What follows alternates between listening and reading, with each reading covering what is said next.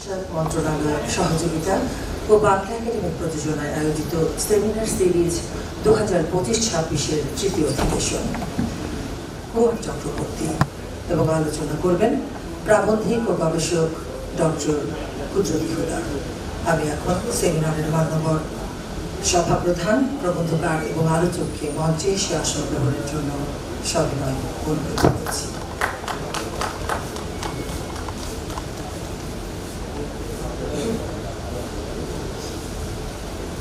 সুধীবৃন্দ, কিছুক্ষণের মধ্যেই সেমিনারের মান্যবর সভাপ্রধান আমাদের মাঝে এসে উপস্থিত হবেন বলে আশা করছি।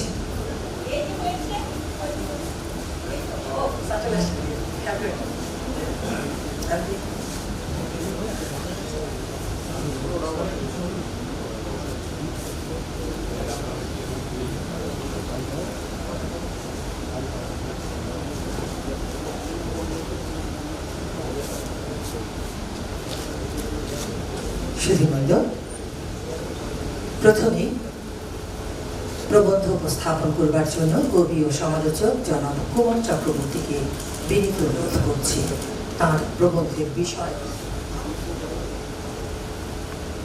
আজকের এই আপৌরাণিক সেমিনারের সম্মাননীয় সভাপতি, আমাদের শ্রদ্ধেয় আলোচক এবং আমাদের যারা আছেন সামনে সুধীবৃন্দ, আজকে সেমিনারের বিষয় জীবনানন্দ অন্ধকারে আপনাদের স্বাগত জানাচ্ছি। আমি কুমার চক্রবর্তী।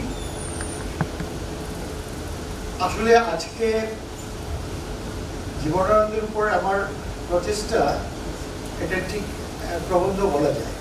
প্রবন্ধ মানে অ্যাকশন। প্রবন্ধের অর্থকে বলা হতো যে চেষ্টা করা। আমরা বৈষ্ণব পদাবলিতে এই ধরনের লাইন আছে যে অনেক প্রবন্ধ করি, ধরিবারে চাই করি, হরিশত মিলায় জল। তার মানে আমার প্রচেষ্টাটাও আজকে ঠিকই আছে, প্রবন্ধ করবো আমি। তো মুশকিল হচ্ছে যে যার উপরে কথা বলছি বা উপস্থাপন করছে তিনি জীবনানন্দ দাশ। একটি অর্শনিক ফিলিং এর মুখোমুখি আমি বলছি যে তার উপরে কথা বলতে। সেই অর্শনিক ফিলিং মানে একটি গ্রেট আননোন বা অজানা, বিশাল অজানাকে মুখোমুখি হওয়া, একটি আপনার স্পিরিচুয়ালিটির মুখোমুখি হওয়া। যে স্পিরিচুয়ালিটি ঠিক আদার ওয়ার্ল্ডলি নয়, সেটা ওয়ার্ল্ডলি, সেটাকে সেকুলার স্পিরিচুয়ালিটি বা মিস্টিসিজম আমি বলতে পারি। তো মুশকিলটা হচ্ছে যে এই জাতীয় প্রতিভার সম্পর্কে কথা বলতে গিয়ে আমাকে সেটা বলতেই হয় ফ্রয়েডের মতো করে যে সৃজনশীল শিল্পের সৃষ্টি রহস্যের সামনে বিশ্লেষণ শেষ পর্যন্ত বিশ্লেষককে শেষ পর্যন্ত অস্ত্র সমর্পণ করতে হয়। তো সুতরাং আমি আসলে নিরস্ত্র। মানে এটি এভাবে তিনি বলেছিলেন যে before the problem of the creative artist analysis must alas lay down it's arms. সেটা ছিল দস্তয়েভস্কি সম্পর্কে ফ্রয়েডের কথা। তো আমি আসলে কোনো টুলস ব্যবহার করতে চাচ্ছি না আমার আজকের এই প্রবন্ধের বিষয়ে জীবনানন্দ সংক্রান্ত। আমি শুধু আমার আপনার ইমপ্রেশনিস্টিক যে ক্রিটিসিজম, সেটার ভিত্তিতে আমি আজকে এই লেখাটাকে আমি তৈরি করেছি। ফর্মাল ক্রিটিসিজমও আমি বলতে চাই না, আমারটা একেবারেই ইমপ্রেশনিস্টিক। অর্থাৎ এই মহৎ প্রতিভা সম্পর্কে আমার মনে যে প্রতিভাসের সৃষ্টি হচ্ছে, নিরন্তর তাকে আমি কিভাবে জুঝি বা বন্দোবস্ত করি, এই বিষয়ে আজকের আমার আপনার উপস্থাপনে থাকবে।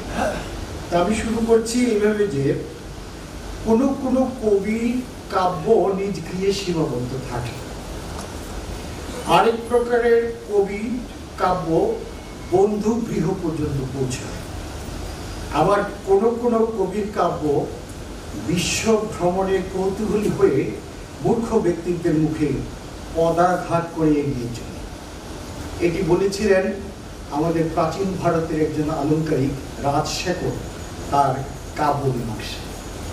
কথাটা এই জন্য বললাম যে জীবনানন্দ এই তৃতীয় পর্যায়ের একজন কবি, যিনি নিজ গৃহ, বন্ধুগৃহ এবং দেশের বাইরে গিয়ে আপনার সারা বিশ্বে এখন পরিভ্রমণ করছেন। কিন্তু এই যে বৈশ্বিক তার উপস্থিতি বা প্লাবিত শক্তি, সেটার জন্য he had to pay big cost আর বিগ প্রাইস ফর ইট। এই সাহিত্যের জন্য তাকে দিতে হয়েছিল একটা বিশাল আপনার খরচ বা তার দেনা। সেটা কি? সেটা হচ্ছে তার জীবন। জীবনকে দিতে হয়েছিল সেই জীবনানন্দকে তার শিল্পকে ভরার জন্য। সেই জীবন কি জীবন? সেটা হচ্ছে যে আমরা বলে থাকি যে artistic life is a long and lonely suicide. আমরা artistic life is a long and lonely suicide. এবং পরের অংশটা খুব গুরুত্বপূর্ণ, and I am not sorry that it is so. এটা হচ্ছে প্রকৃত শিল্পীর কথা, যে তার জন্য আমি মোটেই পরিবর্ত নেই। সেই অবস্থাটাই আমরা জীবনানন্দের লেখাতে আমরা তার জীবনে এবং লেখায় একাকার হতে দেখি, যে একটি লং এবং লনলি সুইসাইড একজন শিল্পীর, এবং তিনি বলছেন যে তার জন্য আমি দুঃখিত। কথাটি তার নয়, কিন্তু তিনি যেন এটা যেন তারই কথা। তো কাব্য মীমাংসায় যে কথাটা আমরা বলেছি যে তিনটি পর্যায়ের কথা, তাকে যোজক করে আরও আমরা বলতে পারি সেই রাজশেখরের আরেকটি কথা, যে কবিত্বের রহস্যময় শক্তির কথা তিনি তা বলেছেন। কি সেই রহস্যময় শক্তি? জীবনানন্দ দাশের সম্পর্কে আলোচনায় আমি এ দিয়েই শুরু করছি, কিন্তু আমার ভরসার জায়গাটা হচ্ছে রবীন্দ্রনাথের একটি কবিতা। সেই কবিতাটির নাম হচ্ছে প্রসাদ। সেখানে একটি শিশির কণা সূর্যকে বলছে তোমার ছাড়া মোর ক্ষুদ্র জীবন কেবলই অশ্রুজল। শিশির কণা ধরতে চাচ্ছে সেই সূর্যকে ভালোবেসে, কিন্তু শিশির কণা ছোট, বলছে যে তোমাকে ছাড়া তো আমার এই ক্ষুদ্র অশ্রুজলের জীবন, কি করে তোমাকে আমি ধরি? তো সূর্য সেটার জবাব দিচ্ছে যে আমি সারা বিশ্বকেই আমার আলো দিয়ে ছড়িয়ে দিই, প্লাবিত করি, কিন্তু তোমার জন্য কিন্তু আমি একটু আলো রেখে দিয়েছি। সেই শিশির করার জন্য তোমার জন্য আমি একটু আলো রেখে দিয়েছি, যাকে নিয়ে তুমি তৃপ্ত হতে পারো। তা আমারও ভরসা জীবনানন্দ, যে জীবনানন্দ আমার জন্য হয়তো কিছু রেখে দিয়েছে, যেটাকে ধরে আমি তার কথা আজকে বলতে পারি। বাংলা কবিতায় জীবনানন্দকে বলা যায় নেতি সম্ভবের কবি। নেতি সম্ভব বলতে আমি বুঝেছি নেগেটিভ ক্যাপাবিলিটিস। আমরা জানি যে 1817 সালে কিটস প্রথম তার ভাইকে একটি লেখা চিঠিতে এই নেগেটিভ ক্যাপাবিলিটিসের কথা বলেছে। কি সেই নেতি সম্ভব? এই নেতি সম্ভবত হচ্ছে মানুষের অনিশ্চয়তা, রহস্য, ভঙ্গুরতা ও সংশয়কে নিয়ে বিরাজমান থাকে। মানুষের সৃজনশীলতা তখনই প্রতিহত হয়ে ওঠে যখন সে অনিশ্চয়তা, রাহসিকতা ও দ্বন্দ্বের মধ্যে তার ব্যক্তিত্ব বা তার অস্তিত্ব অবস্থান করতে পারে।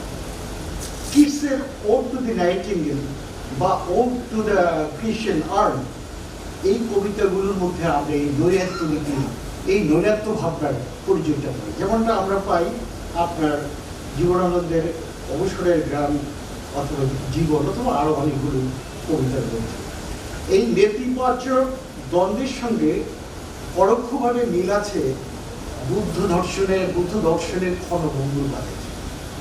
বুদ্ধ দর্শনের যে ক্ষণভঙ্গুরবাদ, যেটা প্রদত্ত সমুৎপাদ বলা হয়, সেই তার মিল আছে, যেখানে জগতের অনিত্যতার বিষয়টিকে দার্শনিকতায় ভাষ্যর করা হয়েছে নিত্য হিসেবে, যেখানে অনিত্যতাকেই নিত্য হিসেবে বোঝানো হয়েছে, যে আপেক্ষিকতাই হচ্ছে পরম। পরম বলতে কিছু নয়, আপেক্ষিকতাই হচ্ছে পরম। এটি স্বভাব শূন্যের কথাও বলে যে যা আমাদের নীতি ক্ষমতার কাছাকাছি যায়। রবীন্দ্রনাথকে সবল বিবেচনায় রেখে রলা বাতের একটি গর্বসূত্রকে আমি এখানে উপস্থাপন করতে চাই। তিনি বলেছিলেন যে টেক্সট দুই ধরনের, text of bliss, text of pleasure. Text of pleasure হচ্ছে সে ধরনের লেখা যা আপনাকে তৃপ্ত করবে, আপনাকে আনন্দিত করবে, কিন্তু টেক্সট অফ ব্লিস হচ্ছে সেই ধরনের লেখা যেটা আপনাকে রূপান্তরিত করবে। আমি যদি উদাহরণ দিই তাহলে দুটি কবিতার কথা আমি বলতে পারি। একটি যে সুধীন্দ্রনাথ দত্তের শাশ্বতী, অসাধারণ একটি কবিতা, আপনারা জানেন। হ্যাঁ, একটি কথা দ্বিধা থর থর চলে থর করেছিল সাক্ষী, একটি নিমেষ দাঁড়ালো স্মরণী জুড়ে, থামিল কালের চিরচঞ্চল। এই হচ্ছে ইগনোরেন্স অফ প্লেস। অবশ্যই একটি ভালো কবিতা, কিন্তু এটা আপনাকে একটা সুখদ অনুভূতিতে উপস্থাপন করে দিচ্ছে। কিন্তু আমি যদি জীবনানন্দ দাশের মৃত্যুর আগে কবিতাটা পড়ি, তাহলে এটা পড়ার পর আপনাকে 3 থেকে 7 মিনিট স্তম্ভিত হয়ে থাকতে হবে। কারণ এটা হচ্ছে টেক্সট অফ ব্লিস, যেটা আপনাকে ভেতর থেকে রূপান্তরিত করে দেওয়ার এক জাতীয় অভিপ্সাকে নিয়ে হাজির হয়। এখন কথা হচ্ছে জীবনানন্দের কবিতায় আমরা যে শৈলীকে খুঁজি, তথাকথিত আমাদের আমরা যে শৈলী বিবেচনা, সেটাকে যদি আমি কোনোভাবে দেখি, তাহলে জীবনানন্দের শৈলীর ক্ষেত্রে কোনো অলঙ্কার নয় কোনো কৌশল, বরং তার কাছে শৈলী হলো বিশেষ গুণ, এক মহাবিশ্বের উদ্ঘাটন, যেখানে ম্যাক্রো মাইক্রো হয়ে যাচ্ছে। অর্থাৎ আমরা ছন্দ শৈলীকে ধরে অনেক সময় কবিতার এইডসে যেতে চাই, কিন্তু এগুলো সবই মিনস। কিন্তু কেউ যদি মিনসকে অগ্রাহ্য করে এইডসে বুঝতে পারে, তাহলে তার জন্য মিনসের কোনো দরকার নেই। হ্যাঁ, আপনি বুদ্ধ একবার যাচ্ছিলেন, পথে একটি খাল পড়লো, তখন উনি বললেন শিষ্যদেরকে যে পাশের বন থেকে কাঠ আনো, কাঠ দিয়ে সে সাঁকো করো। তো তারা সাঁকো করলো। ওরা পেরিয়ে যাওয়ার পর তার শিষ্যরা বললো যে এই কাঠ তো আমাদের। হ্যাঁ হ্যাঁ প্রভু প্রভু আমি তাহলে আপনার কাঠটা নিয়ে নিই। বলে যে না, এই কাঠ তুমি নিতে পারো, এই কাঠ নেওয়া মানে তুমি দুঃখকে বরণ না, কারণ এটা হচ্ছে মিন্স। এই খাল পার হওয়ার জন্য এই মিন্স আমি ব্যবহার করছি। সুতরাং এই মিন্সকে যদি কাজে করে তুমি রওনা দাও, তাহলে তুমি দুঃখকে বরণ করো। তোমার উদ্দেশ্য তো মিন্স নয়, তোমার উদ্দেশ্য হচ্ছে এইডস। তো এই যে ভিন্ন শৈলীর প্রয়োজন, সেটা ছিল জীবনানন্দের জন্য জগৎ উন্মোচনের জন্য, তাকে তার নিজকে পরিচিত করানোর জন্য।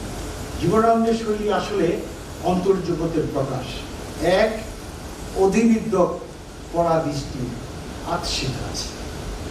কিন্তু জীবনানন্দের এই রূপান্তর বিভাগের আধাররূপ হলো তার কবিতা সৃষ্টিশীল নির্গানের উপর অধিক নির্ভরশীল।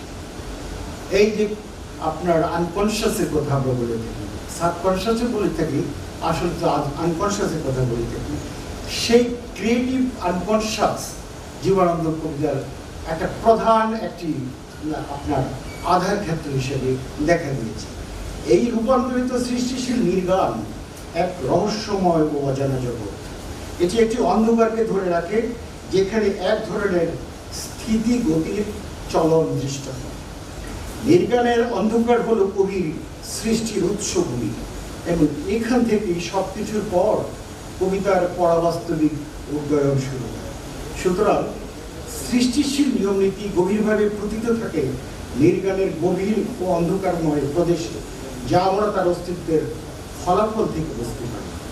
বলা অপ্রাসঙ্গিক হবে না যে বিশ্ব ব্রহ্মাণ্ড অধিকাংশত অন্ধকার, স্থান স্পেস প্রায় খালি, নক্ষত্র গ্যালাক্সিগুলোর মাঝখানটায় বিশাল এলাকা প্রায় পদার্থহীন মেটারলেস এবং প্রায় নিরালো লাইট প্লেস।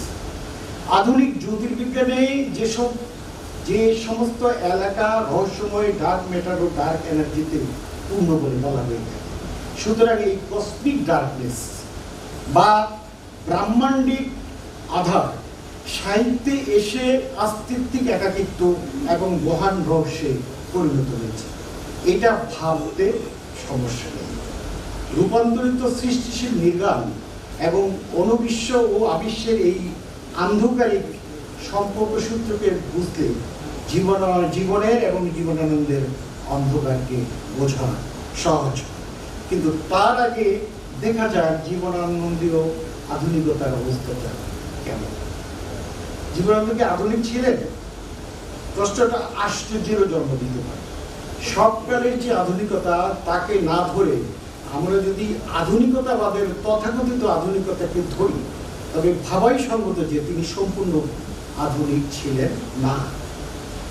কেতাবি আধুনিক হলে লিখতে পারতেন না রূপসী বাংলা বা মহাপৃথিবীর মতো কাব্য। তিনি ছিলেন এক অর্থে আধুনিকতাকে পেরিয়ে যাওয়া এক বিনির্ম। আধুনিকতাবাদকে তার মনে হতো আপত্তিক বিষয়, কেননা আধুনিকতার সম্প্রত্যয়গুলো যে অচিরেই প্রশ্নবিদ্ধ হবে তা হয়তো তিনি তার চিরন্তন বোধ দ্বারা বুঝতে পেরেছিলেন। যে আধুনিক চেতনার নিয়তি পৃথিবীচ্যুতি বা মানব বিবৃতি, যে আধুনিকতার চেতনা খণ্ডিত উপস্থাপনে আগ্রহী, সেই আধুনিকতাকে মনে মনে মেনে নিলে তিনি বলতে পারতেন না অনেক রাত্রির শেষে তারপর এই পৃথিবীতে ভালো বলে মনে হয়। দ্বন্দ্ব ছিল তার, সত্যকে আচ্ছন্ন বলে মনেও করতেন। হয়তো ঈশ্বরে বিশ্বাস ছিল বা ছিল না, হয়তো বা ছিলেন সন্দেহ বা অজ্ঞেয়বাদী। স্টোইকদের মতো নির্বিকারত্ব তার মধ্যে ছিল বলে মনে করা যায় বা যায় না। আবার বিচলন বোধে সিদ্ধান্তহীনতায়ও আক্রান্ত হতেন প্রায়শই। ধর্ম সম্পর্কে তেমন কিছু বলেননি, বলার ক্ষমতা নেই, এই শুধু তুলে এড়াতে চেয়েছেন ব্যাপারটা। তবে দু একটা প্রবন্ধে বা উপন্যাসের চরিত্রের মুখ দিয়ে তাকে বলতে দেখে কিছু কথা। যুক্তি, জিজ্ঞাসা ও বাঙালি প্রবন্ধে তিনি বলেন, বিশ্বাসী ধর্মাশ্রয়ীরা কেবলমাত্র নীতি ও যুক্তিকে ধর্ম বলে মনে করে না, এগুলো বাদ দিয়েও ধর্ম চলে। তাদের মতে ধর্ম সাধনায় এমন কোনো চৈতন্যের দরকার নেই যার ফলে বিশ্বাস জন্মাবার আগে যুক্তি ও জিজ্ঞাসার জন্ম। কথাটা ভেবে দেখার মতো, হয়তো অসত্য নয়, কিন্তু প্রায় লোকের হাতেই এর অপব্যবহারের সম্ভাবনা। যারা অশিক্ষিত, আধা শিক্ষিত তারাই শুধু নয়, অনেক সুশিক্ষিত বুদ্ধিমান লোকও ভক্তিকেই ধর্ম বলে মনে করেন, অন্ধভক্তি। ঈশ্বর আছেন কিনা স্বতন্ত্র কথা, কিন্তু খুব সম্ভব কারো নেহায়তি ভাবাবেগের ফলের ভিতর তিনি বা তার অন্ধস্বরূপের কিছু আছে বলে মনে হয়। এই হচ্ছে তার কথা। আমরা বুঝতে পারছি যে তার দ্বন্দ্ব, তার ভিতরে যে আপনার যেটাকে প্যারাডক্স করতে পারি অথবা আপনার ডায়ালেকটিক্স বলতে পারি, সেটার এক যেহেতু নেগেটিভ ডায়ালেকটিক্স এখানে বেরিয়ে আসছে। হ্যাঁ, আশা এবং নৈরাশ্যের এক যেহেতু নেগেটিভ ডায়ালেকটিক্স, আমরা সেদিকে না গিয়েও আমরা যদি বলি যে আরো নানা ধরনের এখানে প্রবন্ধে আমরা আলোকপাত করার চেষ্টা করেছি তার এই ধর্ম, নীতিবোধ এবং ন্যায় বিষয়ে তার যে চিন্তাভাবনা। আমি সেই জায়গাটা স্কিপ করে যাচ্ছি যেহেতু সময়ের একটা ব্যাপার আছে।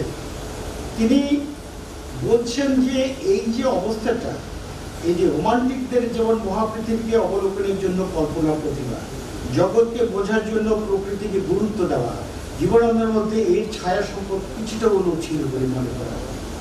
অর্থাৎ রোমান্টিকরা কিন্তু ভ্রমণে এবং হাঁটার দিকে তাদের যে অভিনিবেশ ছিল। ওয়ার্ডসওয়ার্থকে যদি আমরা দেখি, রিসকে যদি দেখি, তারা প্রায়শই ভ্রমণ করতেন সান্ধ্যকালীন, নকটার্নাল জার্নি যেটাকে বলা হয়। এর বিপরীতে নিঃশেকে যদি দেখি, তিনি দুপুরে ভ্রমণ করতেন 10 মাইল, 15 মাইল, 20 মাইল আজকের সেই সড়কপথ ধরে। ভ্রমণ একটি ক্রিয়েটিভ জিনিস, ভ্রমণে হাঁটা আরো ক্রিয়েটিভ, কিন্তু দৌড় কিন্তু ক্রিয়েটিভ। দৌড়ের সময় কোনো চিন্তা আপনার মাথায় আসবে, কিন্তু আপনি যখন হাঁটেন দেখবেন যে নানা ধরনের অনুচিন্তা আপনার ভিতরে ভর করে।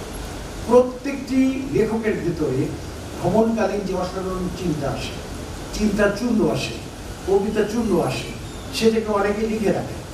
হ্যাঁ, এইটা একটি বিশেষ বৈশিষ্ট্য। আপনি ভ্রমণের সময় আপনার এই পড়া প্রকৃতি আপনার কাছে ধরা দেয়, যেটাকে রিসেপটিভিটি আমরা বলতে পারি। আপনি প্রকৃতির কাছে যান, প্রকৃতি আপনার কাছে হানা দেয়। ফলে এই সৃজনাত্মক কাজ জীবনানন্দের ভেতরে ছিল। সেটা কতটুকু আলোকপাত করা হয়েছে জানি না, আমি একটি প্রবন্ধ লিখেছিলাম যে জীবনানন্দ নিশীথের নিশীথ চিত্র, অর্থাৎ রাত্রির সাথে তার যে সহবাস সহবাস। বরিশালে তিনি রাত্রে হাঁটতেন, ঝিঝি পোকারা ঘুরছে, তিনি একা একা কীর্তন খোলা বা তার সৌরপথে হাঁটতেন, সেগুলোর বর্ণনা আছে। বড় ভাইয়ের সাথে অশোকানন্দের সাথে নেপালের সেই কাছাকাছি গিয়ে ওনারা ঘুরেছেন। সেখানে অশোকানন্দ বলেছেন যে তোমাকে হাওয়ার নৌকা বানিয়ে দেবো, সেটা দিয়ে হাওয়ার জাহাজে চড়ে তুমি আকাশে উঠতে পারবে। নানা ধরনের সুন্দর সুন্দর কথা আছে। আমরা জীবনানন্দের গোমরা মুখকে চিন্তা করে এই যে সুন্দর যে তার ভেতরে যে একটি এটাকে স্মিত যে চিন্তা ভাবনা বা কথাবার্তা, সেগুলো অনেক সময় আমরা বলতে চাই। তাহলে এখন আমি যেটা প্রশ্ন করেছি, এই যে আধুনিকতার যে সমস্ত আপনার টুলসগুলি দিয়ে আমরা জীবনানন্দকে মেসেজ করতে চাচ্ছি, সেটা ছিল ভুল। কারণ কোনো আধুনিক কবির পক্ষে, আধুনিক বলতে আমি আধুনিকতাবাদের আওতায় যে আধুনিক কবি, তার পক্ষে পুরো দিন রূপসী বাংলার মতো কবিতা লেখা সম্ভব নয়। যে রূপসী বাংলা যদি কখনো এই বাংলা বই হারিয়ে যায়, এই রূপসী বাংলা পড়ে আপনি তাকে রিমিট করতে পারবেন যে এই ছিল আমার বাংলা। কথাটা আমার নয়, কথাটা জয়েস বলেছিলেন যে এই যে আমার যে ইউলিসিস কখনো যদি ডাবলিন হারিয়ে যায় পৃথিবীতে, তাহলে এই ইউলিসিস পড়ে পড়ে এই ডাবলিন যেগুলো আছে তাকে এইসব, এটাকে আমি এইভাবে বললাম যে রূপসী বাংলা পড়লেই আপনি বুঝতে পারবেন যে আবহমান বাংলা কি ছিল। হ্যাঁ, তাহলে জীবনানন্দকে আমরা কিভাবে অঙ্কিত করব, কি নামে তাকে ডাক? আমি এখানে বলতে চেয়েছি যে আমার মনে হয় যে প্রাচীন গ্রিসে, মানে গ্রিক ভাষায় কবিকে বলা হতো যে পোয়েটেস, মানে যিনি কোনো কিছুকে অস্তিত্বে আনেন। আমি সেই প্রাচীন গ্রিক যে শব্দ তাদেরাই জীবনানন্দকে আমি ভূষিত করতে চাচ্ছি। আরেকটাও আমি করতে পারি, সেটা হচ্ছে প্রাচীন ভারতীয় নিষ্পন্নে কবি, মানে উচ্চমার্গের কবিকে বলা হয়েছিল কাব্য পুরুষ। এই পুরুষ মানে কিন্তু পুরুষ নারী নয়, পুরুষ সাংখ্য দর্শনের পুরুষের মধ্যে একটা ব্যবহার, যিনি স্থির ভূমানি। এই কাব্য পুরুষ ছাড়া জীবনানন্দ কেন কোনো রকম আপনার বেদিতে আটকাতে পারি না। এই জীবনানন্দ যিনি দ্বিধাগ্রস্ত ছিলেন, বিরোধাভাসী ছিলেন, বিষাদিত ছিলেন এবং আপনার দ্বন্দ্বাত্মক ছিল। সেই দ্বন্দ্বাত্মক হচ্ছে হুইটম্যানের যে কথা, do I contradict myself? Very well, then I contradict myself, I am my teachers. Yes, আমি আমার ভিতরে কন্ট্রাডিকশন আছে। এই হচ্ছে আমার মডার্নিটি নয়, এটা আমার ক্লাসিসিটি। আমার ক্লাসিক রূপ হচ্ছে মানুষ কি হবে, দ্বন্দ্বাকীর্ণ হবে। সাহিত্যের মূল জায়গাটা কিন্তু এইখানে। এখন জীবনানন্দ কবিতাকে কিভাবে রূপ সম্ভব করা যায়? আমরা বলতে পারি যে ল্যান্ডস্কেপিং, যেটা ভূদৃশ্য। জীবনানন্দের আগে কোনো কবিতার মধ্যে সেই অর্থে ল্যান্ডস্কেপিং আপনি দেখতে পাবেন না। জীবন কাব্যে বরিশাল কেন্দ্রিক এবং এই বাংলার যে ল্যান্ডস্কেপ, বিক্ষিপ্তভাবে আমরা দেখতে পাবো বাংলার গ্রাম, বাংলার কথাবার্তা, কিন্তু ল্যান্ডস্কেপিং যে আপনার একটা ফেনোমেনা, হ্যাঁ, যে বিস্তার, ফেনোমেনা বিস্তার অর্থে আমি বলছি, সেটা জীবনানন্দের কবিতায় দেখতে পাবো। তার আগে বাংলা কবিতায় আমি সেরকম কিছু দেখিনি। এর সাথে হচ্ছে আপনার স্মৃতির বেদনা, মেমোরি, যেটা মেমোরি সবসময় আনন্দের হয়, আনন্দ, কিন্তু এটা যে বেদনা সৃষ্টি করে। আমরা যখন খুঁজতে ইনসার্চ অফ লস্ট টাইম করি, সেখানে ভলান্টারি ইনভলান্টারি মেমোরি, অনৈচ্ছিক স্মৃতি কীভাবে বেদনা সৃষ্টি করছে সেটার যে পরিচয় আমরা পাই। জীবনানন্দের কবিতার মধ্যে আপনি সেই স্মৃতির বেদনাকে আপনি পাবেন, যেটা উঠে এসেছে তার ক্রিয়েটিভ আনকনশিয়াস থেকে। এরপরে যদি আমরা দেখতে চাই, এই যে তার স্মৃতির বেদনার উপস্থিতি, এটা ঠিক জ্বলন্ত অঙ্গারের মতো না, বরং আগুন নিভে যাওয়ার পর ছাইয়ের মধ্যকার আগুনের এক দগ্ধ রূপে শান্তভাবে তা যেন উপস্থাপন করেছে। এহবাজ্য পৃথিবীর সাহিত্যিক নামকরণের দায়িত্ব তিনি নিয়েছিলেন, যেখানে যাবতীয় জৈব ও অজৈব সত্তার এক অভিন্ন সঞ্চরণে মাধ্যাকর্ষণ শক্তিকে বেরিয়ে যেতে। কবিদের একটা প্রধান কাজ হচ্ছে এই একেবারে নেমিং। কবিরা নিজের নামের ক্ষেত্রে যেমন রিনেমিং করে, জগতের প্রতিটি আপনার গতিশীল প্রপঞ্চের ক্ষেত্রে নেমিং করাটা একটা প্রধান দায়িত্ব। এটা ভাষার একটি দায়িত্ব যেটা কবিরা বেশি মাত্রায় করে থাকে। এই নামকরণের এই যে এই অন্ধকারকে রূপভাষিত করে যেখানে সকল সত্তা একসাথে ওঠা বসা করে, এর অনেকটা রেনে মাগ্রিট নামে একজন ফরাসি বেলজিয়ান একজন আর্টিস্ট আছে, তিনি সুরিয়ালিস্ট ছিলেন। এই সুরিয়ালিস্টের তার ছবির বৈশিষ্ট্য ছিল তিনি যখন একটা ঘর আঁকছেন আপনার মনে হবে ঘরটাও উপরের দিকে চলে যাচ্ছে, অর্থাৎ মাধ্যাকর্ষণ শক্তি নেই, উপরে যেন মাধ্যাকর্ষণ শক্তি বা মহাকর্ষণ শক্তি। আপনি দেখবেন যে তার পাখি, তার ছবি, তার বস্তুগুলো ওড়ার জন্য প্রস্তুত, একটা ভিন্ন একটা ডাইমেনশন। জীবনানন্দের ক্ষেত্রে আপনি যখন পাথরের বর্ণনা দেখবেন বা একটা ঝর্ণার বর্ণনা দেখবেন, দেখবেন যে তারা ঠিক ওড়ার জন্য এইটাকে, এইটা একটা সবেগতা, এই বেগ যেটা কবি অনুধাবন করে, যেটা জীবনানন্দ। দেখেন নামকরণের আরেকটি দিক হলো পজেসিভ অ্যাডজেক্টিভ এর পাশাপাশি কম্পাউন্ড নাউনের ব্যবহার। তাহাদের হৃদয়ের গুণ, সেই বিখ্যাত লাইন, এটা হয়তো টেক্সট থেকে নেওয়া হয়েছে। এই যে এখানে তাহাদের হলো পজিটিভ অ্যাডজেক্টিভ আর হৃদয়ের গুণ হলো কম্পাউন্ড নাউন। কবিরা এই বস্তু বিশ্বের নামকরণ করেন এবং তা করেন বস্তুর এবং ভূগোলের অন্তর্গত রূপকে আবিষ্কারের মাধ্যমে প্রীতিব্যঞ্জক শব্দ প্রয়োগের দ্বারা, প্রকৃতি স্মরণ ও অঙ্কনের দ্বারা। এইটা আমরা এই জীবনানন্দের মধ্যে আমরা এই নামকরণ দেখতে পাই। এবং এই কবিতা আপনার যে যতটা নামকরণ যে কবি করবেন তার অদ্ভুতত্ব, বিশেষত্ব অনেক বেশি মাত্রায় আপনার প্রতিবেশিত হয়। এই জীবনানন্দের নামকরণকে বুঝতে হবে কিভাবে, কেন নামকরণ করেন কবি। আমাদের জার্মান বিখ্যাত লাইবনিটজ একজন ফিলোসফার, তিনি বলেছিলেন যে আমাদের যে সম্ভাব্যের জগৎ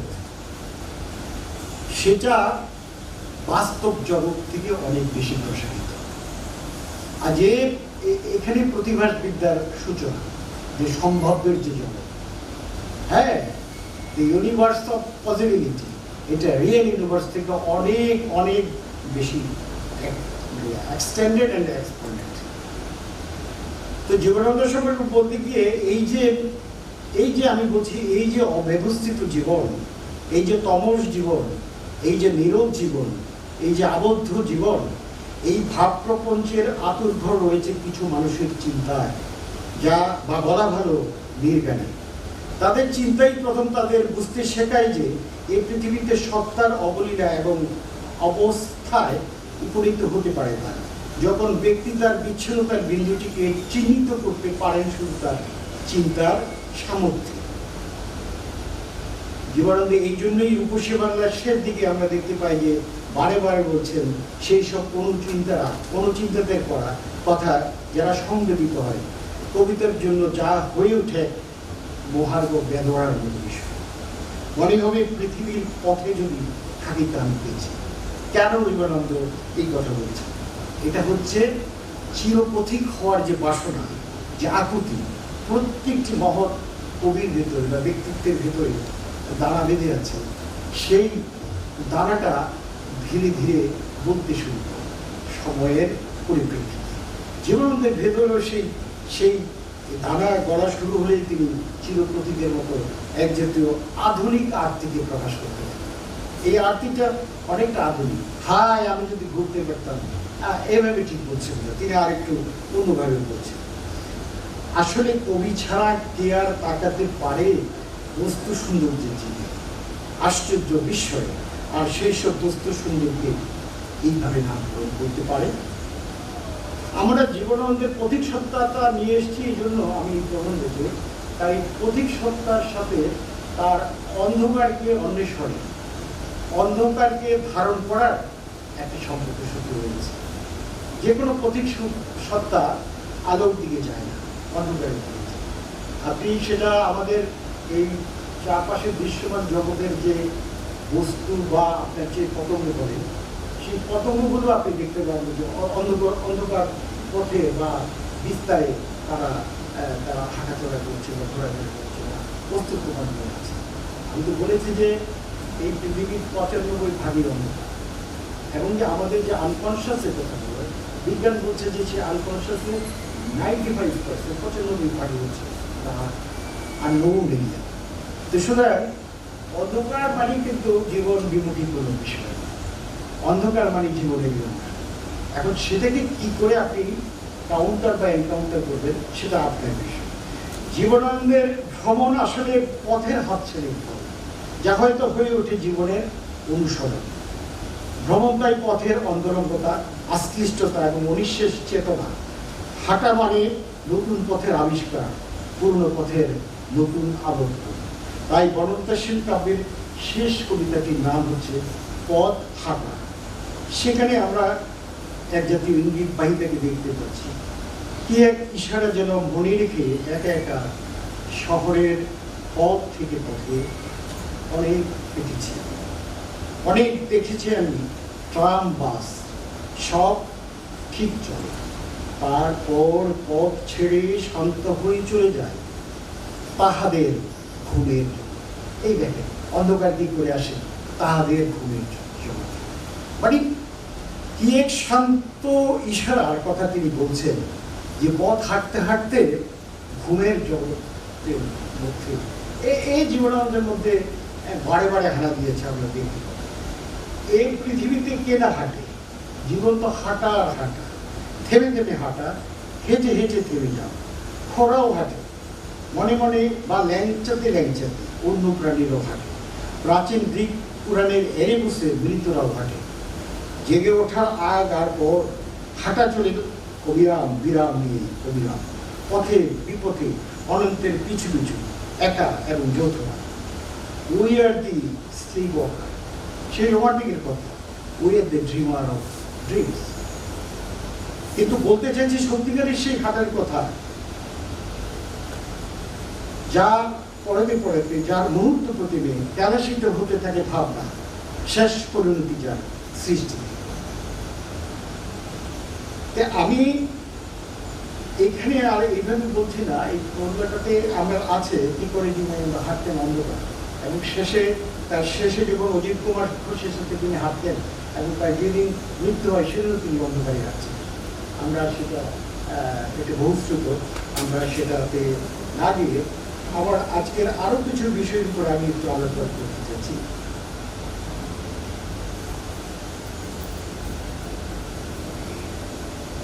আমরা বলতে চাচ্ছি যে কবি এক পরিব্রাজক, যিনি নশ্বর জীবন থেকে মৃত্যুর অনশ্বর অবস্থানে প্রবেশ করেন।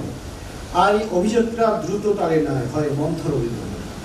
এটা অনেকটা আপনার আমাদের ভারতীয় পাশ্চাত্য সঙ্গীতের আপনার যে তাল আছে সেখানে বিলম্বিত লয়ের মতো আমি যেটা বলতে চেয়েছি। তিনি বিলম্বিত এবং সাবলীল মধ্য হয়ে চালান তার যাত্রা পথের খেয়াল।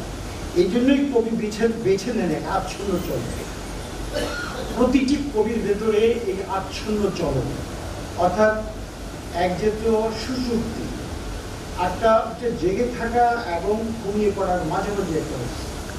এই আচ্ছন্ন চলন প্রতিটি কবির ভেতরে, বিশেষত শুধু যে অন্যের ভেতরে কাজ করে তার না, দার্শনিকদের ভেতরে কাজ করতে পারে, কল্পনাদের ভেতরে কাজ করে, এই আচ্ছন্ন চলন কাজ করে।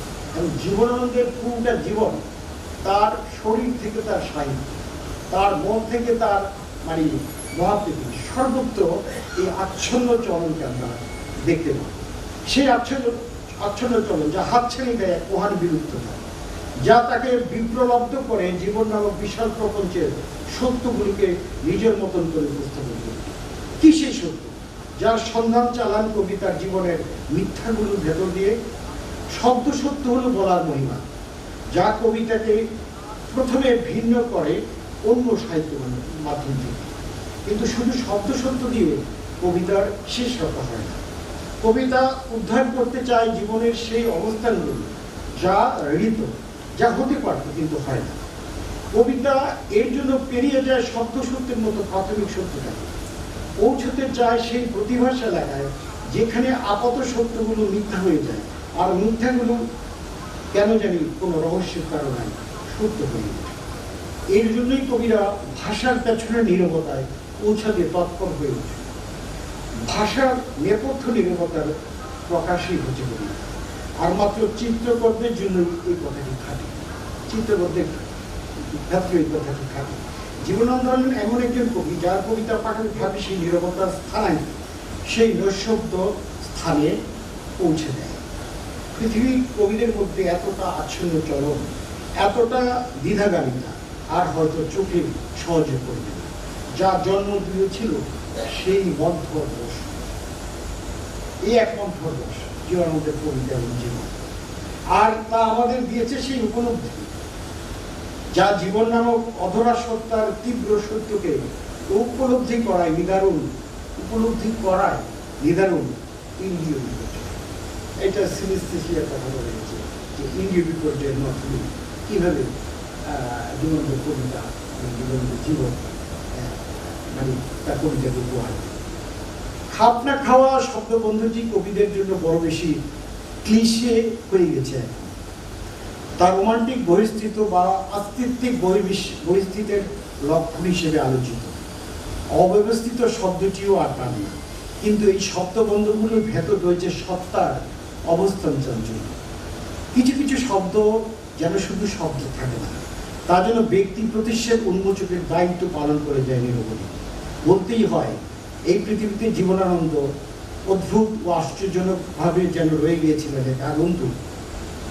আগন্তুকরা বা বহিরাগতরা আলো নয়, বরং আলোর প্রতিসরণের প্রতি মনোযোগী হয়, আলোর পেছনের ছায়ার প্রতি অধিক আগ্রহী হয়।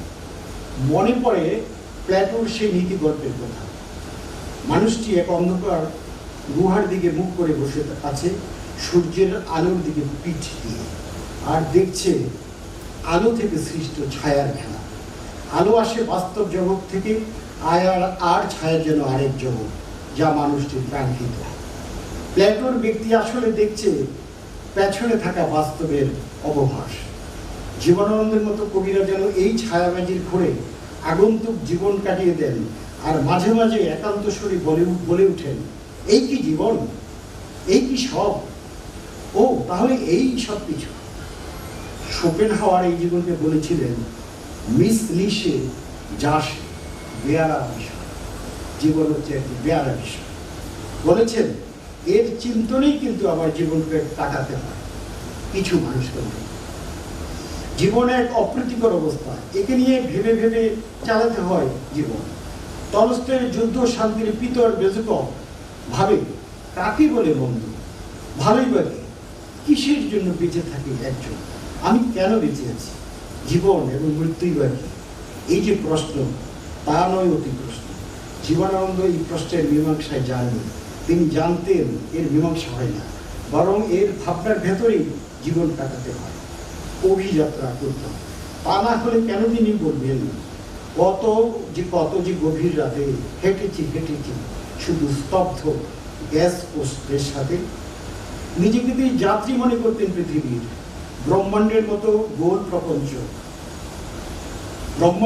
গোল প্রপঞ্চ তার যাত্রী বা সহযাত্রী। আর যাত্রী হতে হলে বাড়িয়ে যেতে হয় পৃথিবীর পথ ও পান্থশালা, অতিক্রম করতে হয় পথের বাঘ ও রহস্য, হেঁটে যায়।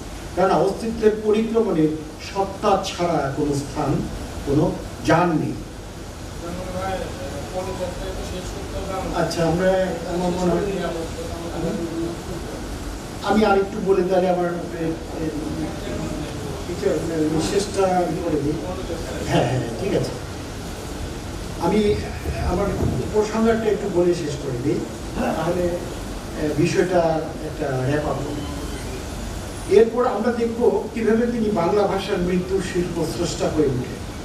জীবনানন্দে আমরা পাই মৃত্যু সাহিত্যের দেখা, যা বলা যায় অন্ধকার সাহিত্যের সূচনা বিন্দু।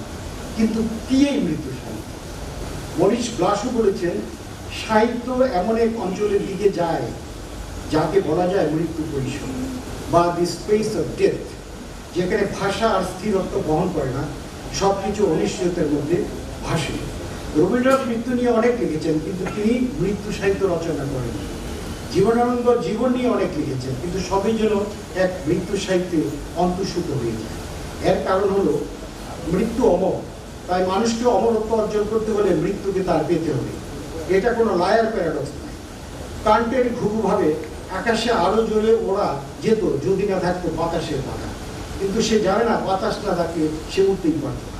তদ্রুপ মানুষ ভাবে মৃত্যু না থাকলেও সে অমরত্ব পেয়ে যেত, কিন্তু অমর মৃত্যু না থাকলে মানুষ অমরত্বকে খুঁজে পেত না, বরং অমর জরার শিকার হতো সে।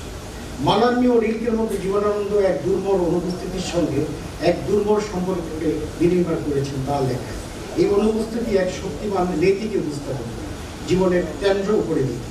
অনুপস্থিতি উপস্থিতি আসলে অনুপস্থিতি রঞ্জন যোশী। মৃত্যুই জীবন, অন্ধকারই আলো। মালার্মের ইগাতুর, রিলকের মাল্টে আর জীবনানন্দের ব্রেনেনি ঘোষাল বা সুবিনয় বস্তবীরা একে উদ্ভাসিত করে চলেছে অন্ধকার ও স্তব্ধতার ভাষা। ইনফাইনাইটলি ট্রান্সমিউটস ডেথ ইটসেলফ, মৃত্যুকে অনন্ত রূপে রূপান্তরিত করে চলেছে। যে কবি জীবন প্রতীক, সে আসলে মৃত্যুর প্রতীক। যে আলোর যাত্রী, সে তো অন্ধকারেরও যাত্রী, কারণ অন্ধকার স্বাধীন সত্তা, আলো পরাধীন। অন্ধকারের প্রভাবে আলো ন্যূন, আলোর প্রভাবে অন্ধকার ন্যূন নয়। অন্ধকার আদি উপস্থিতি। যে কবি রূপসী বাংলা বা মহাপ্রীতি কবিতা লিখতে পারেন, যিনি অন্ধকারকে লেখেন, অন্ধকারকে জানান, তার আধুনিক হওয়া হাস্যকর।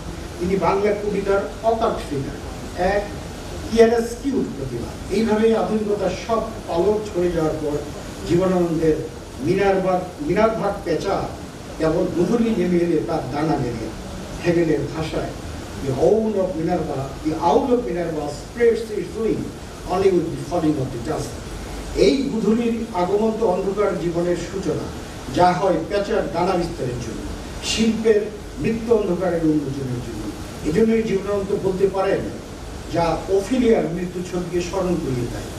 এইখানে মৃণালিনী ঘোষালের সব ভাসিতেছে চিরদিন, নীল লাল রূপালী নীরব। জীবনানন্দে আমাদের শিখিয়েছেন এই অন্ধকারকে ভালোবাসতে। সেই অন্ধকার আলোর চেয়ে বেশি। জন মিল্টন প্যারাডাইস লস্টে যেভাবে বলেছিলেন, no light but rather darkness visible. আপনাদের সমালোচনা করবেন প্রাবন্ধিক ও গবেষক ডক্টর কুদ্রুতি হুদা।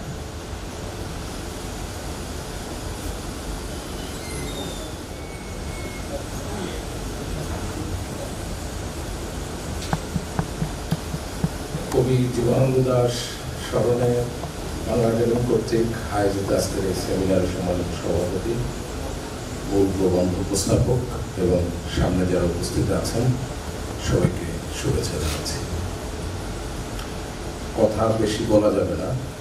আমি আরো চাচ্ছিলাম যে আসলে প্রবন্ধটাই আরো ডিটেলস শুনি। আলোচনা আবার কি, প্রবন্ধ নিজেই তো নিজের আলোচনা, কথা অত বলার প্রয়োজন হয় না।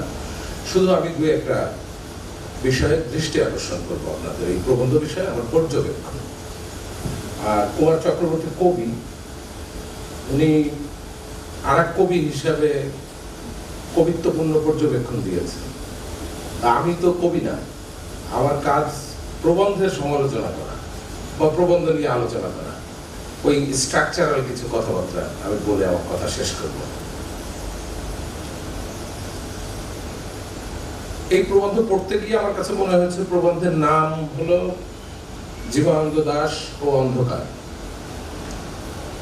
আমি পড়ার সময় মনে করেছিলাম যে জীবনানন্দ দাশের কবিতায় কিভাবে অন্ধকার আছে, অন্ধকারের সাথে জীবনানন্দ দাশের কি অনুভব অনুভূতি, অন্ধকারকে কিভাবে দেখতে হয় না এইগুলো নিয়ে। কিন্তু পরে দেখলাম এটা বিষয় একটা নিয়ে, কিন্তু আসলে এই প্রবন্ধের মধ্যে আরো 3টা প্রবন্ধ আছে অন্তত। এটাই প্রবন্ধের ভালো দিক, এটা আমি বলছি আর কি।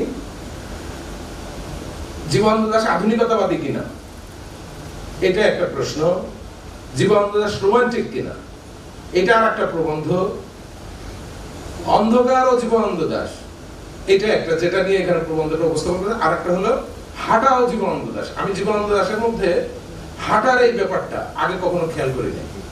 এটা শুধু হয়তো কুমার চক্রবর্তী কবি বলেই তার পক্ষে হওয়া সম্ভব। আর অন্ধকার নিয়ে এক্সেলেন্ট সব পার্ট দিয়েছেন। কিন্তু আমি বলবো যে একটা প্রবন্ধের মধ্যে 4টা প্রবন্ধ ঢুকে গেছে।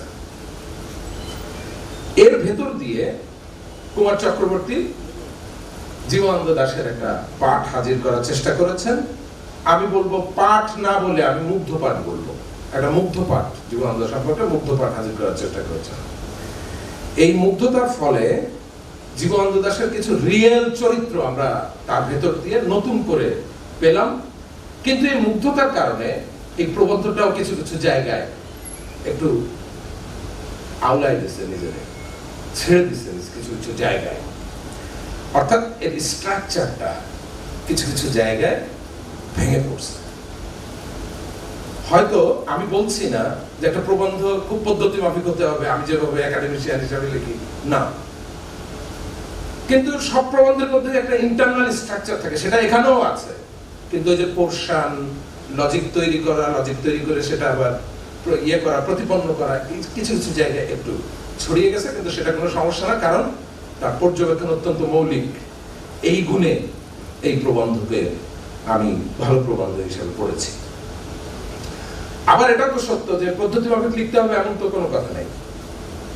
হ্যাঁ, যেটা লেখা হয়েছে কুমার চক্রবর্তী যেভাবে লিখছেন এটাই হয়তো একটা পদ্ধতি এবং কবির জন্য। এই প্রবন্ধ আরেক কারণে গুরুত্বপূর্ণ, সেটা হলো একজন কবি কবিকে নিয়ে লিখেছেন। আমাদের ঢাকায় এটা একটা খরা। আমাদের কবিদের বললেই বলে আমি কবি, আমি কেন আলোচনা করব, আলোচনা লিখব। এটা একবার বলে না যে বাংলাদেশের এবং বাংলা কবিতা ভালো ভালো ক্রিটিক, এটা বলে না। কুমার চক্রবর্তী সেই ওই কবি সমাজকে ওই জায়গা থেকে বাঁচিয়েছেন এই প্রবন্ধের ভেতর দিয়ে, জীবনানন্দ দাশকে একটু ভিন্নভাবে দেখে। এটা হলো আমার আরেকটা পর্যবেক্ষণ।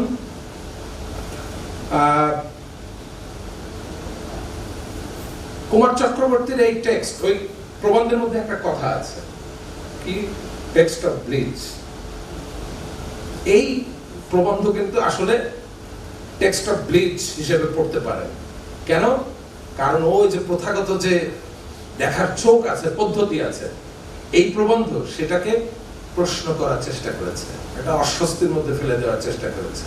যে রিজেক্ট করছেন, বলেছে কিসের তিনি আধুনিকতাবাদী, হ্যাঁ, এই সব বলে রিজেকশনের দিকে গিয়েছেন না কিছু কিছু বিষয়কে। ফলে এই টেক্সটের মধ্যে, এই প্রবন্ধের মধ্যে ওই যে টেক্সট অফ ব্লিচের বৈশিষ্ট্য আছে।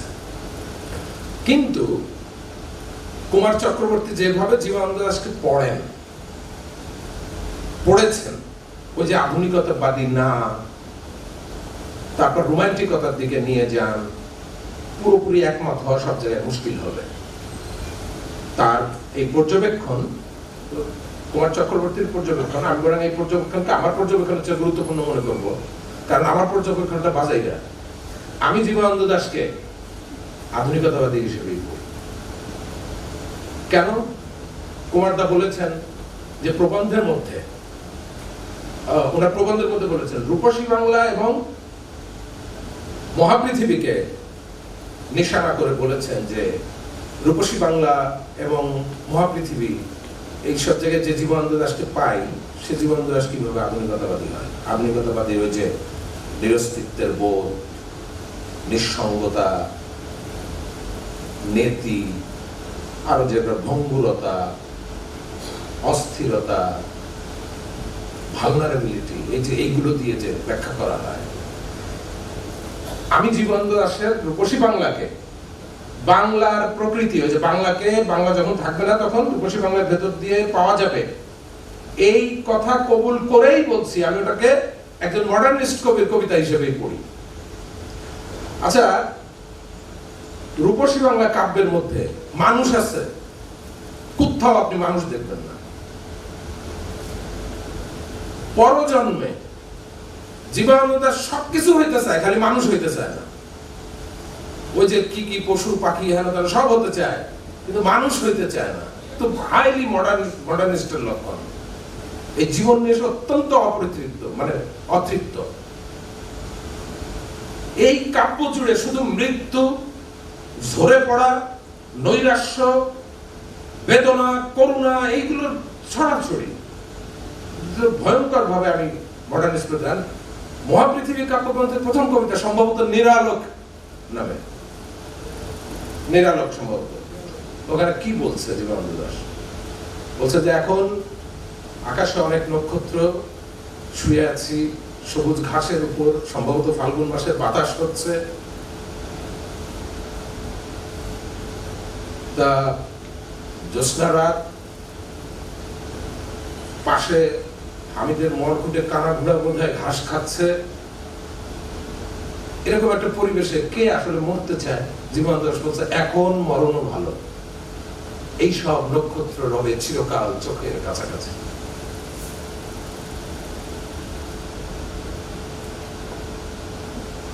ওই সব কবিতা আমি আসলে এইভাবেই পড়ি, আমি বললাম।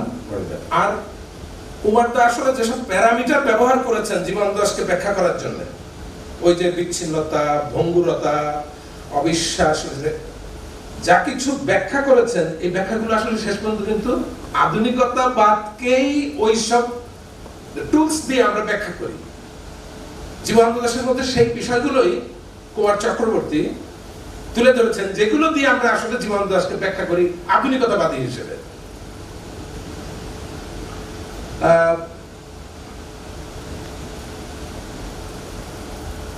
যেমন আমি তো একটা জায়গায় একটু বলে শেষ করব।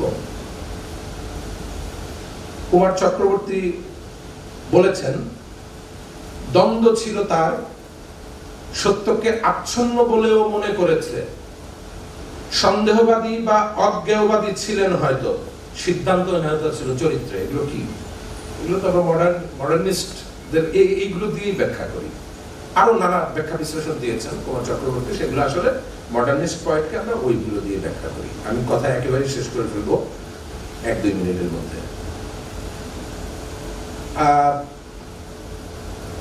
এই যে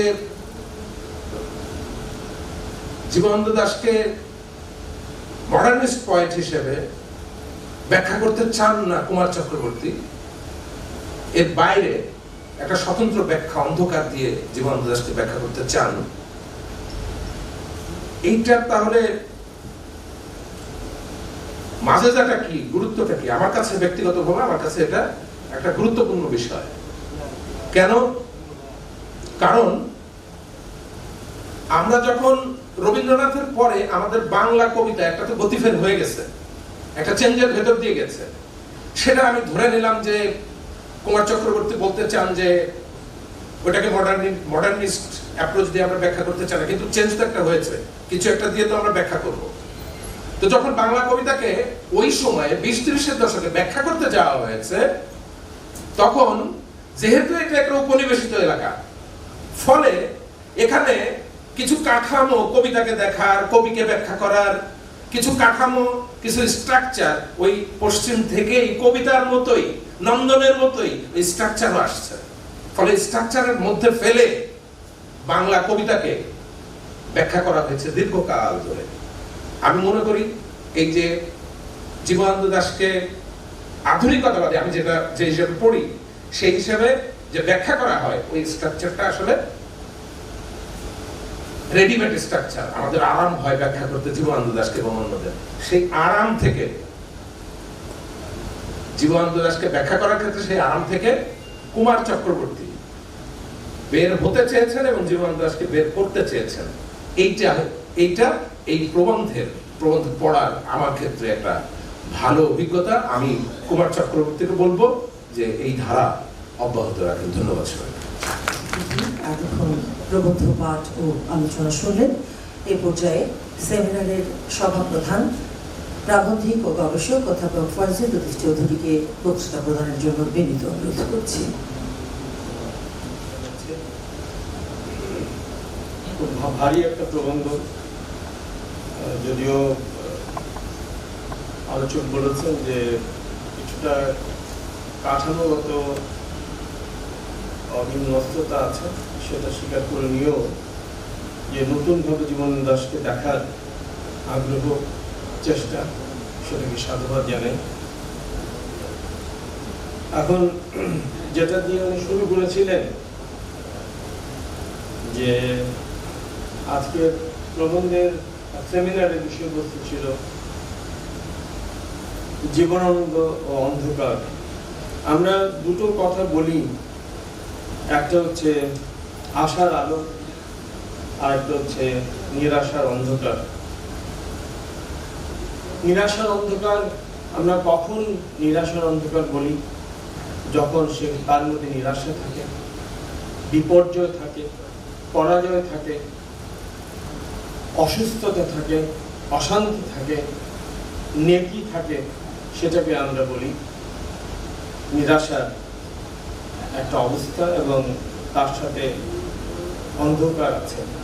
এবং ওইগুলি যতগুলি বলেছি তার তালিকা হয়তো অনেক দীর্ঘ করা যাবে, যেগুলি সিগনিফায়ার অফ ডার্কনেস। জীবনানন্দ দাশের নিজেরই কবিতা একটি আছে, অন্ধকার। তার 2200 কবিতার মধ্যে অন্তত 500 বার অন্ধকার শব্দটি এসছে, নানাভাবে এসছে। কিন্তু অন্ধকার কিভাবে এসেছে, কবির আলোচনায় কবিতা থাকা দরকার। আমরা যদি জীবনানন্দ দাশকে, আমি ব্যক্তিগতভাবে মনে করি যে তার বোধ কবিতাটির মধ্য দিয়ে সর্বপ্রথম অত্যন্ত দৃঢ়তার সঙ্গে তিনি বললেন যে আমি আধুনিক। আমি আধুনিক এই অর্থে যে আমি রবীন্দ্র পরবর্তী সময়ের নতুন কবি। বোধ কবিতার মধ্যে তিনি কিভাবে বলছেন, আলো অন্ধকারে যায়, মাথার ভিতরে স্বপ্ন নয় কোন এক বোধ কাজ করে, স্বপ্ন নয়, শান্তি নয়, ভালোবাসা নয়, হৃদয়ের মাঝে এক বোধ জন্ম নয়, আমি তারে পারি না এড়াতে। সে আমার হাত রাখে হাতে,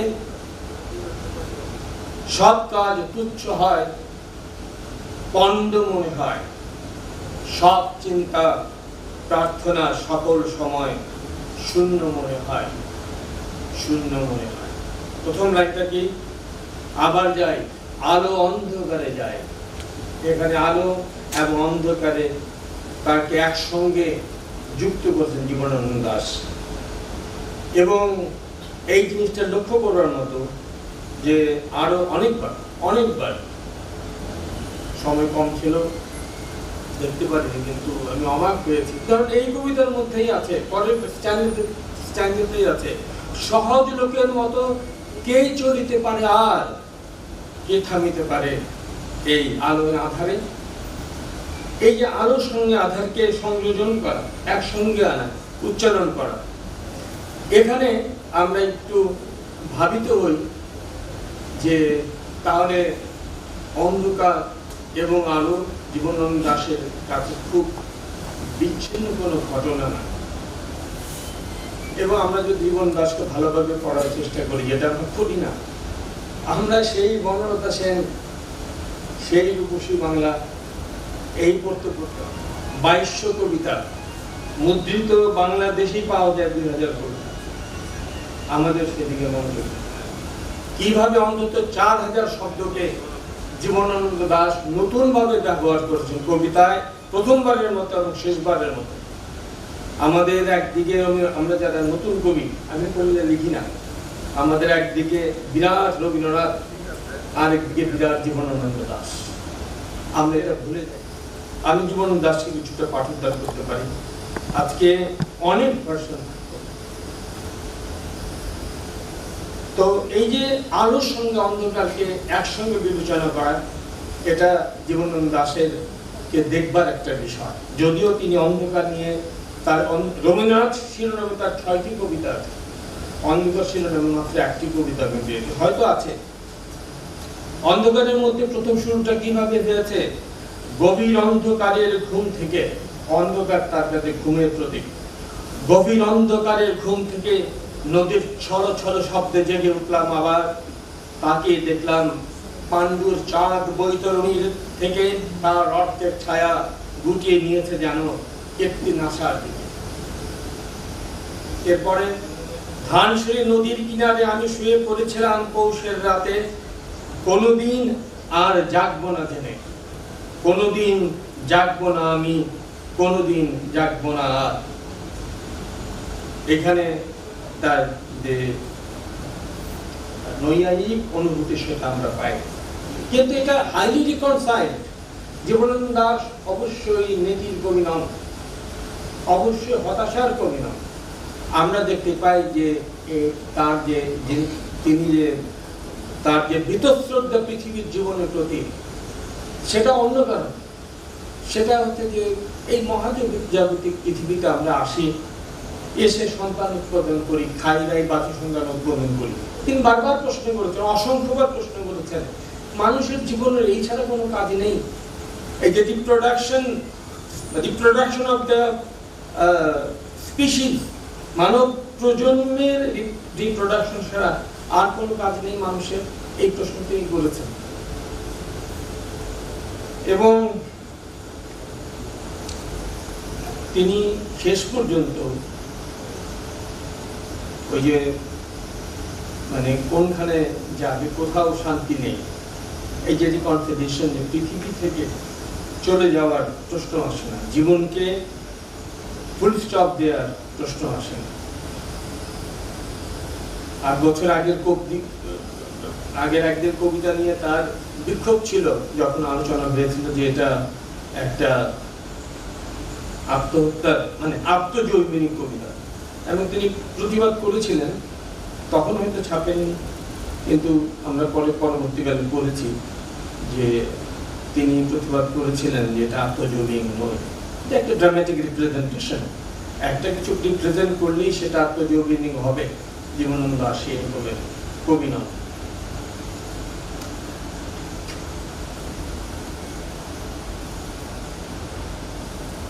অন্ধকার আবার এসছে কুহুলিন কবিতার মধ্যে, রাত্রি হয়ে গেলে তার উৎসারিত অন্ধকার জলের মতো। বহুবার এসছে, 50-60 বার। আমি তো বিভিন্ন জায়গায় অন্ধকার কি হিসেবে সিগনিফাইড কাজ করছি দেখেছি, কিন্তু আমার কাছে মনে হয়নি যে তিনি এটাকে হতাশা, পরাজয়, এবং তার জীবনে অনেক বিপর্যয় ছিল, কিন্তু তার জীবনে বিপর্যয় থাকলেও যখন বিপর্যয়ের মুখে পড়েছেন 1948 সালে, তার আগেই কিন্তু তার কবিতা লেখার অধিকাংশ কবিতা, অন্তত 2100 কবিতা লিখে ফেলেছেন। 34 সাল থেকে 40 সালের মধ্যে কোন মাস নেই যে 50টা কবিতা লেখেননি, কোন বছর নেই 100 কবিতা লেখেননি। চিন্তা করা যায় কি দুর্ধর্ষ একজন কবি। হঠাৎ তোমার সাথে, এটাও একটা কবিতা যার মধ্যে আমি অন্ধকার শব্দটি পাই। কেবল ক্লান্তিতে ঢুকে আমাদের মুখে ঠোঁটে তবু যেই হাসি ফুটে ওঠে স্বপ্নকে খণ্ডন করে, বিষয় প্রত্যাশী অমূল্য সংখ্যারই সেই বাজারে বন্দরে ঘুরে মাপ যোগ করে, হিসেবের খতিয়ানে লাভ হলো রক্তের ভিতরে, তৃপ্তি পায় লোকসান হয়ে গেলে অন্ধকারে নিগৃহীত মনে, অনুভব করে কোন মনিবের সংকীর্ণ বেতনে, ভৃত্যের শরীর তার মন, নারী আর নক্ষত্রের তবু মহাজন। আমরা যখনই জীবনানন্দ দাশের অন্য কবিতাগুলো পাবো এবং পড়বো, আমাদের দুর্ভাগ্য যে অগ্রন্থিত কবিতা নামে বিরাট মোটা বই আছে, কিন্তু এইগুলিকে ভাগে ভাগে, যেমন মনোবিহঙ্গম করা হয়েছে, আলো অন্ধকার করা হয়েছে, কৃষ্ণা দশমী আমি করেছি, এইভাবে যদি আমরা একটা 100 কবিতার 100 কবিতার 100 কবিতার বই না করি, তাহলে এই কবিতাগুলো এই ভূমিধার এত মোটা সংকলন ধরে কেউ পড়বেন আমার মানে পড়বেন মনে হয় না। এক অন্ধকার থেকে এসে অন্য এক আধারের দিকে মুখ ফেরাবার আগে কয়েক মুহূর্ত কাজ, কথা, চিন্তা রয়েছে জীবনে। দেখেছি সূর্যের আলো, নিয়ন বাতির বিচ্ছরণ, অন্ধকার আজন্মা প্রান্তর, মৃত অর্থমৃত নগর বন্দর, শোকাবহ আলো শব্দ, শেল, ক্লান্তিহীন ট্রেন, এরিয়েল। তো জীবন খুবই ক্ষণস্থায়ী একটা অন্ধকার। আমরা মাতৃ জরায়ুর মধ্যে থাকি, তারপর মৃত্যু এসে আমাদের সমস্ত সম্ভাবনাগুলিকে শেষ করে দেয়। মৃত্যু পর্যন্ত সম্ভাবনা থাকে, এর মাঝখানে আমাদের জীবন। এবং জীবনানন্দ দাশ সেটাকে স্বীকার করে নিয়েছিলেন। এবং এই যে গাঢ় অন্ধকার থেকে আমরা এই পৃথিবীর আজকের মুহূর্তে এসেছি, বেলা কালবেলা, তার সবচেয়ে রিপ্রেজেন্টেটিভ কাব্য, যেটা তার জীবদ্দশায় না কিন্তু সমসাময়িক কালে 57 সালে প্রকাশিত। আমি রূপসী বাংলাকে তিনি নিজেই বাতিল করেছেন, এই জন্য আমি এটা রেফারেন্স গুলোতে দেই না। জীবনানন্দ দাশ রূপসী বাংলা লিখেছেন 1934 সালে বলেছেন যে আমি একটা বিশেষ আবেগে আক্রান্ত হয়ে কোনো একটা বিশেষ মুহূর্তে আমি লিখে ফেলেছিলাম রূপসী বাংলা, কিন্তু পরবর্তীকালে যখন প্রকাশের কথা এসছে তখন তিনি বলছেন এটা তাকে ফ্রেন্ড করেন। গাঢ় অন্ধকার থেকে আমরা এই পৃথিবীর আজকের মুহূর্তে এসেছি। আধারের যাত্রী একটি কবিতা আছে জীবনানন্দ দাশের, আমি শেষ করে দিচ্ছি। আমাদের মাসুদুল হক সাহেবের একটা ভালো বিষয় আছে রশিদ করিমের উপন্যাস নিয়ে, সেটা নিশ্চয়ই আপনারা শুনবেন। একটা খুব বিখ্যাত কবিতা আছে তিমির হননের গান,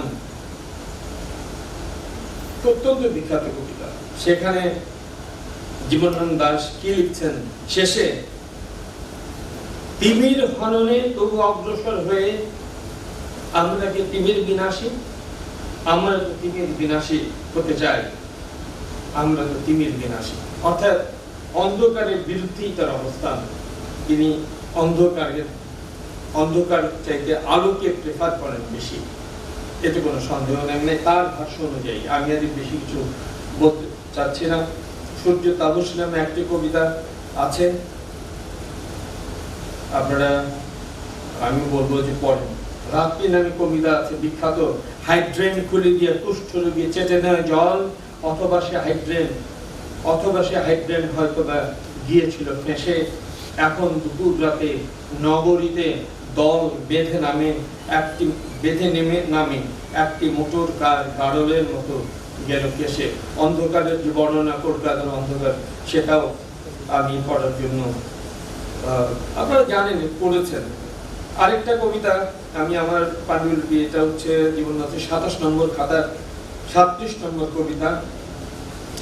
এখন বয়স ঢের হয়ে গেছে আলো অন্ধকার, এখানে আলো এবং অন্ধকার একসঙ্গে এসছে। এইটুক যদি আবিষ্কার হয় যে ঠিক অন্ধকারের কবি আমরা বলবো না, আমরা তাকে আলো অন্ধকারের কবি বলবো। আলো অন্ধকারে যাই কেন, আলো অন্ধকার একসঙ্গে তিনি জয়েন করেছেন আমরা জানি না, আমি আগে ভাবিনি, ভেবে দেখার দরকারও নাই। জীবনানন্দ হচ্ছে সেই কবি যার ভালো কবি, যার কবিতা বুঝবেন আগে। একটা কথা আছে না, যেটা বাউন্ডারি বা কার একটু বিখ্যাত লোকের, যে a good poetry is communicated before is understood. আপনি বুঝবার আগেই কবিতা আপনার হৃদয়ে ঢুকে গেছে।